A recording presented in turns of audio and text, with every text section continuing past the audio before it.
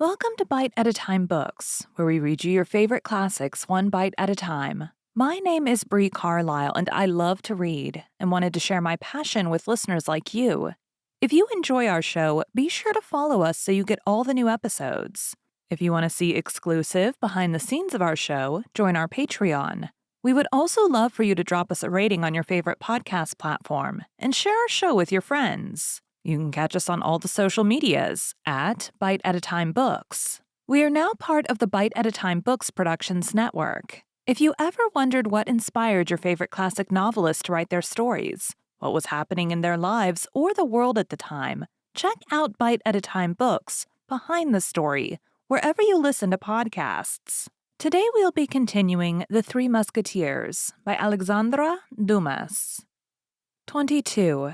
The Ballet of La Merlaison. On the morrow, nothing was talked of in Paris but the ball which the aldermen of the city were to give to the king and queen, and in which their majesties were to dance the famous La Merlaison, the favorite ballet of the king. 8 days had been occupied in preparations at the Hôtel de Ville for this important evening. The city carpenters had erected scaffolds upon which the invited ladies were to be placed. The city grocer had ornamented the chambers with 200 flambeaux of white wax, a piece of luxury unheard of at that period, and 20 violins were ordered, and the price for them fixed at double the usual rate upon condition, said the report, that they should be played all night. At 10 o'clock in the morning, the Sieur de Lacoste, ensign in the king's guards, followed by 2 officers and several archers of that body, came to the city registrar, named Clement, and demanded of him all the keys of the rooms and offices of the hotel. These keys were given up to him instantly. Each of them had ticket attached to it by which it might be recognized, and from that moment the Sieur de Lacoste was charged with the care of all the doors and all the avenues. At 11 o'clock came in his turn Doualier, captain of the guards, bringing with him 50 archers who were distributed immediately through the Hôtel de Ville at the doors assigned them. At 3 o'clock came 2 companies of the guards, one French, the other Swiss. The company of French guards was composed of half of M. Doualier's men and half of M. Dessessart's men. At 6 in the evening, the guests began to come. As fast as they entered, they were placed in the grand saloon on the platforms prepared for them. At 9 o'clock, Madame la Première Présidente arrived. As next to the queen, she was the most considerable personage of the fête. She was received by the city officials and placed in a box opposite to that which the queen was to occupy. At 10 o'clock, the king's collation, consisting of preserves and other delicacies, was prepared in the little room on the side of the church of St. John, in front of the silver buffet of the city, which was guarded by 4 archers. At midnight, great cries and loud acclamations were heard. It was the king, who was passing through the streets which led from the Louvre to the Hôtel de Ville and which were all illuminated with colored lanterns. Immediately the aldermen, clothed in their cloth robes and preceded by 6 sergeants, each holding a flambeau in his hand, went to attend upon the king, whom they met on the steps, where the provost of the merchants made him the speech of welcome, a compliment to which his majesty replied with an apology for coming so late, laying the blame upon the cardinal, who had detained him till 11 o'clock talking of affairs of state. His Majesty, in full dress, was accompanied by His Royal Highness M. le Comte de Soissons, by the Grand Prior, by the Duc de Longueville, by the Duc d'Ailleboeuf, by the Count de Harcourt, by the Count de la Roche-Guyon, by Monsieur de Liancourt, by Monsieur de Baradas, by the Count de Cramiel, and by the Chevalier de Souvray. Everybody noticed that the king looked dull and preoccupied. A private room had been prepared for the king and another for Monsieur. In each of these closets was placed masquerade dresses. The same had been done for the queen and Madame the President. The nobles and ladies of their majesties' suits were to dress 2 by 2 in chambers prepared for the purpose. Before entering his closet, the king desired to be informed the moment the cardinal arrived. Half an hour after the entrance of the king, fresh acclamations were heard. These announced the arrival of the queen. The aldermen did as they had done before, and preceded by their sergeants, advanced to receive their illustrious guest. The queen entered the great hall, and it was remarked that, like the king, she looked dull and even weary. At the moment she entered, the curtain of a small gallery, which to that time had been closed, was drawn, and the pale face of the cardinal appeared, he being dressed as a Spanish cavalier. His eyes were fixed upon those of the queen, and a smile of terrible joy passed over his lips. The queen did not wear her diamond studs. The queen remained for a short time to receive the compliments of the city dignitaries, and to reply to the salutations of the ladies. All at once the king appeared with the cardinal at one of the doors of the hall. The cardinal was speaking to him in a low voice, and the king was very pale. The king made his way through the crowd without a mask, and the ribbons of his doublet scarcely tied. He went straight to the queen, and in an altered voice said, "Why, madame, have you not thought proper to wear your diamond studs when you know it would give me so much gratification?" The queen cast a glance around her, and saw the cardinal behind with a diabolical smile on his countenance. "Sire," replied the queen with a faltering voice, "because in the midst of such a crowd as this, I feared some accident might happen to them. And you were wrong, madame. If I made you that present, it was that you might adorn yourself therewith. I tell you that you were wrong." The voice of the king was tremulous with anger.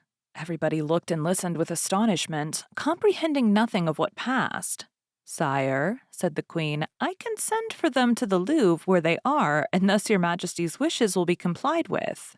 "Do so, madame, do so, and that at once, for within an hour the ballet will commence." The queen bent in token of submission and followed the ladies who were to conduct her to her room. On his part, the king returned to his apartment. There was a moment of trouble and confusion in the assembly. Everybody had remarked that something had passed between the king and queen, but both of them had spoken so low that everybody, out of respect, withdrew several steps, so that nobody heard anything. The violins began to sound with all their might, but nobody listened to them. The king came out first from his room. He was in a most elegant hunting costume, and Monsieur and the other nobles were dressed like him. This was the costume that best became the king. So dressed, he really appeared the first gentleman of his kingdom. The cardinal drew near to the king and placed in his hand a small casket. The king opened it and found in it 2 diamond studs. "What does this mean?" demanded he of the cardinal. "Nothing," replied the latter, "only, if the queen has the studs, which I very much doubt, count them, sire. And if you only find 10, ask Her Majesty who can have stolen from her the 2 studs that are here." The king looked at the cardinal as if to interrogate him, but he had not time to address any question to him. A cry of admiration burst from every mouth. If the king appeared to be the first gentleman of his kingdom, the queen was without doubt the most beautiful woman in France. It is true that the habit of a huntress became her admirably. She wore a beaver hat with blue feathers, a surtout of gray pearl velvet fastened with diamond clasps, and a petticoat of blue satin embroidered with silver. On her left shoulder sparkled the diamond studs on a bow of the same color as the plumes and the petticoat. The king trembled with joy, and the cardinal with vexation, although, distant as they were from the queen, they could not count the studs. The queen had them. The only question was, had she 10 or 12? At that moment, the violin sounded the signal for the ballet. The king advanced toward Madame the President, with whom he was to dance, and His Highness Monsieur with the queen. They took their places, and the ballet began. The king danced facing the queen, and every time he passed by her, he devoured her with his eyes, those studs of which he could not ascertain the number. A cold sweat covered the brow of the cardinal. The ballet lasted an hour and had 16 entrées. The ballet ended amid the applause of the whole assemblage, and everyone reconducted his lady to her place. But the king took advantage of the privilege he had of leaving his lady to advance eagerly toward the queen.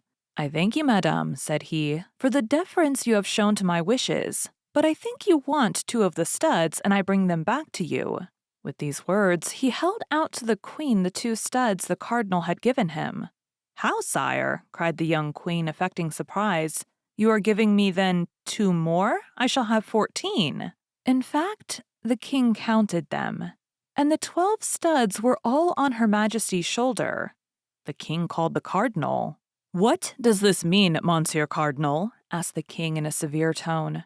"This means, sire," replied the cardinal, "that I was desirous of presenting Her Majesty with these two studs, and that not daring to offer them myself, I adopted this means of inducing her to accept them."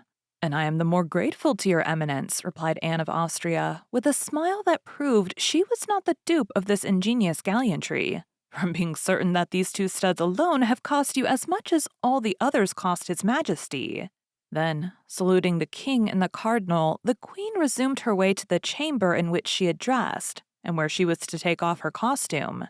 The attention which we have been obliged to give during the commencement of the chapter to the illustrious personages we have introduced into it has diverted us for an instant from to whom Anne of Austria owed the extraordinary triumph she had obtained over the cardinal, and who, confounded, unknown, lost in the crowd gathered at one of the doors, looked on at this scene comprehensible only to four persons: the king, the queen, his eminence, and himself. The queen had just regained her chamber, and D'Artagnan was about to retire when he felt his shoulder lightly touched. He turned and saw a young woman who made him a sign to follow her. The face of this young woman was covered with a black velvet mask, but notwithstanding this precaution, which was in fact taken rather against others than against him, he at once recognized his usual guide, the light and intelligent Madame Bonacieux. On the evening before, they had scarcely seen each other for a moment at the apartment of the Swiss guard Germain, whither D'Artagnan had sent for her. The haste which the young woman was in to convey to the queen the excellent news of the happy return of her messenger prevented the two lovers from exchanging more than a few words. D'Artagnan therefore followed Madame Bonacieux, moved by a double sentiment, love and curiosity. All the way, and in proportion as the corridors became more deserted, D'Artagnan wished to stop the young woman, seize her and gaze upon her, were it only for a minute. But quick as a bird, she glided between his hands, and when he wished to speak to her, her fingers placed upon her mouth, with a little imperative gesture full of grace, reminded him that he was under the command of a power which he must blindly obey, and which forbade him even to make the slightest complaints. At length, after winding about for a minute or two, Madame Bonacieux opened the door of a closet, which was entirely dark, and led D'Artagnan into it. There she made a fresh sign of silence and opened a second door concealed by tapestry. The opening of this door disclosed a brilliant light, and she disappeared. D'Artagnan remained for a moment motionless, asking himself where he could be, but soon a ray of light which penetrated through the chamber, together with the warm and perfumed air which reached him from the same aperture, the conversation of two or of three ladies in language at once respectful and refined, and the word Majesty several times repeated, indicated clearly that he was in a closet attached to the queen's apartment. The young man waited in comparative darkness and listened. The queen appeared cheerful and happy, which seemed to astonish the persons who surrounded her, and who were accustomed to see her almost always sad and full of care. The queen attributed this joyous feeling to the beauty of the feat, to the pleasure she had experienced in the ballet. And as it is not permissible to contradict a queen, whether she smile or weep, everybody expatiated on the gallantry of the aldermen of the city of Paris. Although D'Artagnan did not at all know the queen, he soon distinguished her voice from the others, at first by a slightly foreign accent, and next by that tone of domination naturally impressed upon all royal words. He heard her approach and withdraw from the partially opened door, and twice or three times he even saw the shadow of a person intercept the light. At length, a hand and an arm, surpassingly beautiful in their form and whiteness, glided through the tapestry. D'Artagnan at once comprehended that this was his recompense. He cast himself on his knees, seized the hand, and touched it respectfully with his lips. Then the hand was withdrawn, leaving in his an object which he perceived to be a ring. The door immediately closed, and D'Artagnan found himself again in complete obscurity. D'Artagnan placed the ring on his finger and again waited. It was evident that all was not yet over. After the reward of his devotion, that of his love was to come. Besides, although the ballet was danced, the evening had scarcely begun. Supper was to be served at 3, and the clock of St. Jean had struck 2:75. The sounds of voices diminished by degrees in the adjoining chamber. The company was then heard departing. Then the door of the closet in which D'Artagnan was opened, and Madame Bonacieux entered. "You at last?" cried D'Artagnan. "Silence!" said the young woman, placing her hand upon his lips. "Silence, and go the same way you came." "But where and when shall I see you again?" cried D'Artagnan. "A note which you will find at home will tell you. Begone! Begone!" At these words, she opened the door of the corridor and pushed D'Artagnan out of the room. D'Artagnan obeyed like a child without the least resistance or objection, which proved that he was really in love. Thank you for joining Bite at a Time Books today, while we read a bite of one of your favorite classics. If you enjoy our show, be sure to follow us so you get all the new episodes. If you want to see exclusive behind the scenes of our show, join our Patreon. We would also love for you to drop us a rating on your favorite podcast platform and share our show with your friends. You can catch us on all the social medias at Bite at a Time Books. Also, be sure to check us on our website, www.biteatatimebooks.com. We are now part of the Bite at a Time Books Productions Network. If you ever wondered what inspired your favorite classic novelists to write their stories, what was happening in their lives or the world at the time, check out Bite at a Time Books Behind the Story, Tuesdays wherever you listen to podcasts. Again, my name is Bree Carlile, and I hope you come back tomorrow while we take the next bite of the Three Musketeers.